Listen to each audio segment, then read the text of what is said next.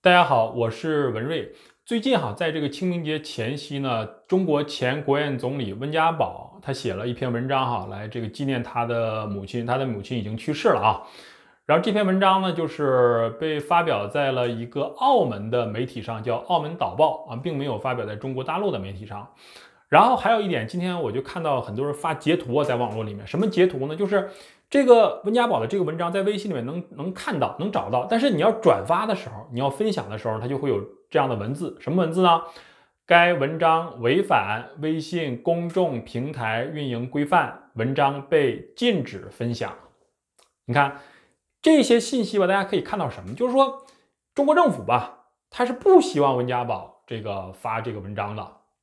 但是温家宝这么大干部，他想发，你还阻止不了，那怎么办呢？就尽量的缩小这个文章的影响范围。比如说，他让你不让你发在中国大陆的这个媒体上，你发到这个澳门导报这个媒体上。可能很多朋友，反正我是没听说，可能很多朋友也没听说过，那么大家也不会去看，对不对？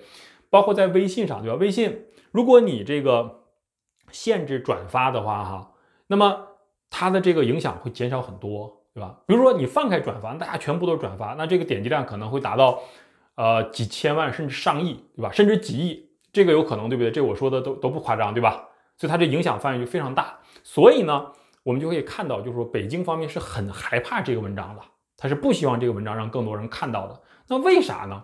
原因是啥？这个文章里面到底写了什么呢？然后我也就是不能说仔细，我大致看了一下。有这么几段吧，我给大家念一念，然后咱们一起的也来分析一下。就温家宝他说了这么一段说我心目中的中国应该是一个充满公平正义的国家，那里永远有对人心、人道和人的本质的尊重，永远有青春、自由、奋斗的气息。我为此呐喊过，奋斗过。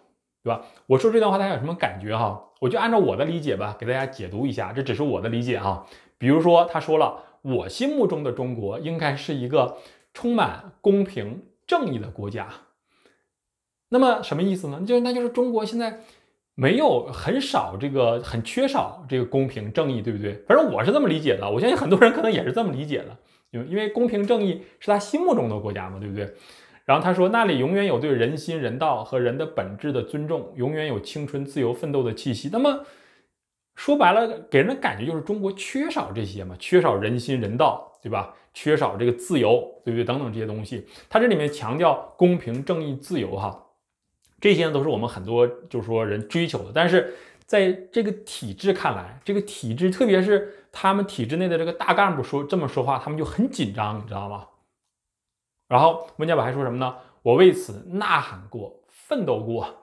那按我的理解就是，我呐喊奋斗也没用，基本上就是给人一种这么感觉吧，是不是？这是一段话，还有一段话是什么？他这么说的：我退休了，在中南海工作了28年，其中担任总理10年。对我这样出身的人来说，做官本是偶然之事。我奉命为锦，如履薄冰，如临深渊，受事之始，即常作归迹。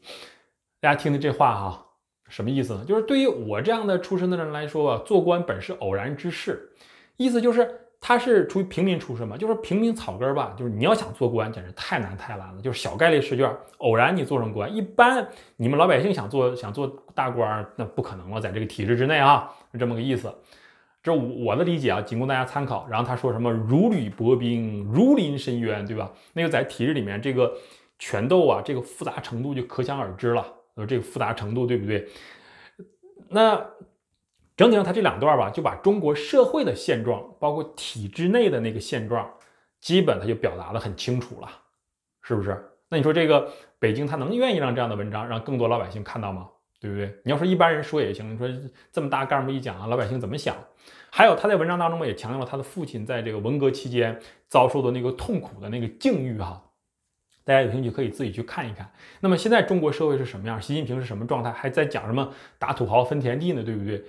那老百姓看了他的文章以后，可能对当下习近平的很多做法就更加的不满，对吧？它整体上吧，它会起到一个什么作用呢？不有一句话叫什么呢？不怕不识货，就怕货比货嘛，对不对？这个文章它要是比如说在微信里面被大量的转发，老百姓都看到，很多老百姓他就会想啊，哎呀，这个胡温时代和现在比，他就会对比啊，你知道不知道？他就可能会感觉到习近平做的很多事情，他就心里面他就不舒服，对吧？他就能形成这种对比的效应，这个可能也是习近平非常非常不愿意看到的一件事情。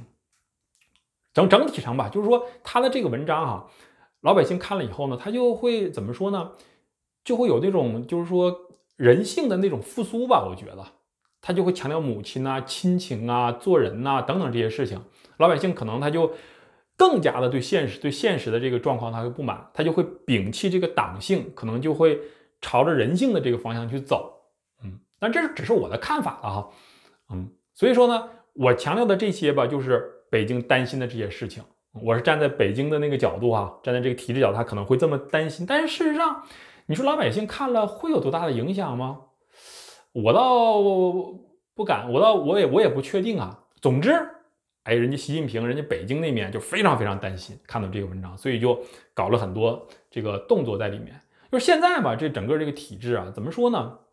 就是怎么说？就是草木皆兵啊，风声鹤唳，草木皆兵啊。对，我这理科生这词汇很有限啊，就是这样的一个状态，对吧？他就感觉什么事情他都害怕，什么事情他都觉得好像有风险，就是这样，所以他什么事情他都容纳不了，就是这样，对吧？你这文章可能发了，可能也没啥，但是他就总觉得很紧张，就是已经这个体制吧没有任何弹性了。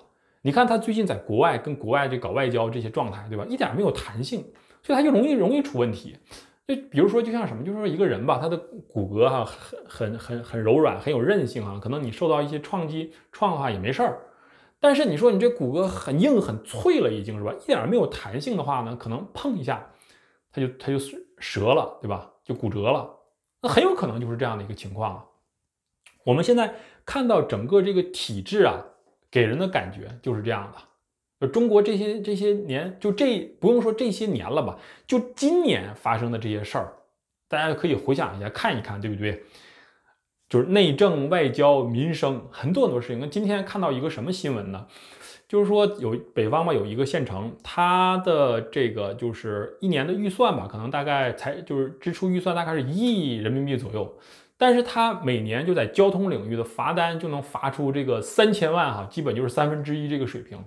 你说在这一个小县城里面，对吧？它基本就是很大程度上财政很大来源就是靠罚老百姓。你说这老百姓他是一个什么心理状态啊？对不对？因为这些事情吧，就没有人说，没有人报道。你像我们一说吧，很多这个爱国群众还不爱听。这都是真真正正发生在中国的一些实际的事情。但是呢，哎，没有人报道，大家报道的都是哎呀多么多么好啊，我们这个如何如何，风景这边多好啊，整个都是这样。但是这些矛盾吧，全部都被掩盖住了。但是你再怎么掩盖，它这矛盾是存在的，而且还是不断在升级的。在不断的升级的过程当中，现在这个体制呢还那么僵化，它总采取那种就是以前我讲的，就是为了解决一个麻烦，它制造一个更大麻烦的那种状态。不论是在国内还是在国际社会，它都是这样的。它总走这个路，总走这样的路，周而复始，周而复始，它总有一天它会出大问题的，它会坍塌的。所以我老是讲说，文瑞，你不老说要崩溃吗？怎么样？你看对不对？你们都说多少年了？我觉得吧，这个事情大家可以去正视这个现实，这样下去真的长久不了，长久不了。行，今天咱们就聊这么多啊，咱们下一节目再见，谢谢大家。